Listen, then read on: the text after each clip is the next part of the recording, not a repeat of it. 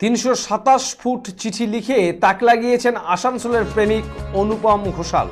বিশ্ব প্রেম দিবসে এই চিঠি নিয়েই তার উৎকণ্ঠা। বিশ্বের এই দীর্ঘতম চিঠি নষ্ট হয়ে যাচ্ছে, ইঁদুরে কেটে ফেলছে, তাই সংরক্ষণের দাবি তুললেন তিনি। আসানসোল বার্নপুর রোডের বাসিন্দা অনুপম ঘোষাল একসময় সাংবাদিকতা করেছেন, বর্তমানে শারীরিক অসুস্থতার কারণে কিছুই করতে পারেন না। 2000 সালে অনুপম ঘোষালের প্রেমিকা পারমিতা তাকে ছেড়ে চলে যায়, আর তখনই সে প্রেমিকাকে ভুলতে চিঠি লিখতে শুরু করে অনুপম ঘোষাল।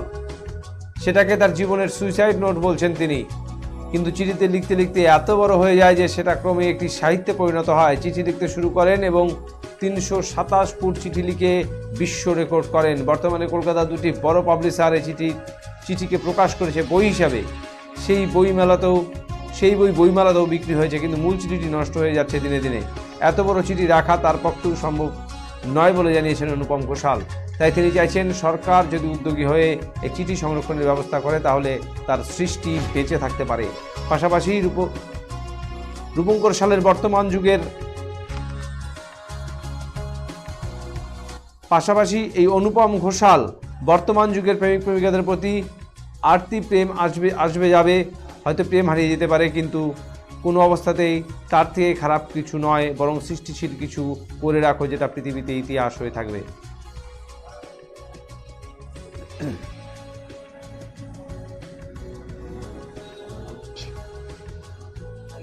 কত মানে আর কিসের উপরে এই চিঠি লেখা? এই চিঠিটা বললাম তো 327 ফিট লম্বা। 3 মাস সময় লেগেছিল। 2000 সালের জানুয়ারি মাস থেকে লিখতে শুরু করি এবং মার্চ মাসের মধ্যে 312 ফুট লেখা হয়ে যায়।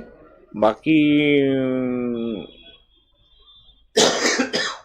অংশটুকু যেটাতে ওকে গানগুলো দিয়েছিলাম তার স্বরলিপিটা লিখতে টাইম লেগে যায়। হ্যাঁ, তো সব মিলিয়ে এপ্রিল, অফ এপ্রিল, ঠিক আছে।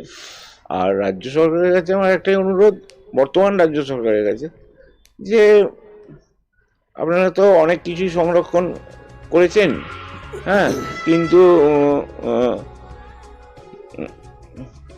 যদি মানে আমার অনুরোধ, যদি এটা সংরক্ষণ করেন, নাহলে বাকিটা ইন্দুরের পেটে চলে যাবে।